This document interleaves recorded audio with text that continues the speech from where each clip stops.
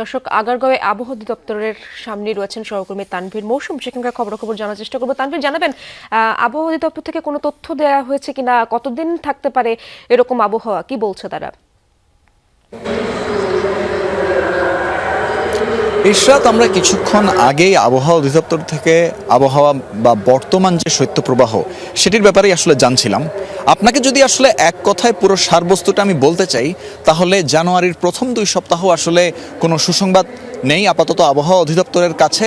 কেননা এই প্রথম 2 সপ্তাহ আসলে তাপমাত্রা এরকমই থাকবে, ঘন কুয়াশা থাকবে এবং অনেক বেশি শৈত্যপ্রবাহ থাকবে। সেই সাথে আবহাওয়া অধিদপ্তর থেকে আরেকটি জিনিস উল্লেখ করা হয়েছে, সেটি হচ্ছে দিনে এবং রাতে তাপমাত্রার ব্যবধান। এবং এখন যেটি দেখা যাচ্ছে যে দিনে ও রাতে তাপমাত্রার ব্যবধান নেই বললেই চলে, যার ফলে আমরা যারা রয়েছি আমরা সকলেই কিন্তু আসলে সকালবেলা আমরা যে তাপমাত্রাটি অনুভব করছি রাতের বেলাও ঠিক একই তাপমাত্রায় অনুভব করছি। এবং এক্ষেত্রে আবহাওয়া অধিদপ্তর একটি কথা বললো, সকালে কিংবা রাতে ভোরবেলা আমরা দেখি যে আসলে তাপমাত্রা আসলে ঠিক কতটুকু আসলে ওঠানামা করে, কিন্তু এখন যেহেতু পুরোটাই আসলে একই রকম তাপমাত্রা বিরাজ করছে, তাই এর ফলে শীতল অনুভূতিটা এখন আমাদের সবারই কম বেশি হচ্ছে। তবে আবহাওয়া অধিদপ্তর জানিয়েছে যে জানুয়ারির প্রথম 2 সপ্তাহ পর ধীরে ধীরে তাপমাত্রা একটু বাড়বে এবং তখন কিছুটা সহনীয় হয়ে আসবে এখানকার আবহাওয়া।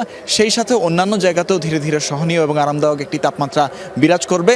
এর মধ্যে বাংলাদেশের বেশ কয়েকটি জায়গায় আসলে তাপমাত্রা বাড়তে শুরু করেছে, তবে ঢাকা শহরে এখনও বাড়েনি।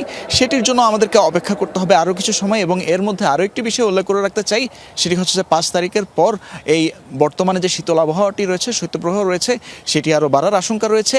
একই সাথে জানুয়ারির 3য় 4র্থ সপ্তাহেও তখনও কিন্তু দেখা যাবে যে আবহাওয়া কিছুটা স্বাভাবিক হলেও তখনও মাঝারি এবং মৃদু শৈত্যপ্রবাহ থাকতে পারে। চলতে পারে। ধন্যবাদ আপনাকে তানভীর।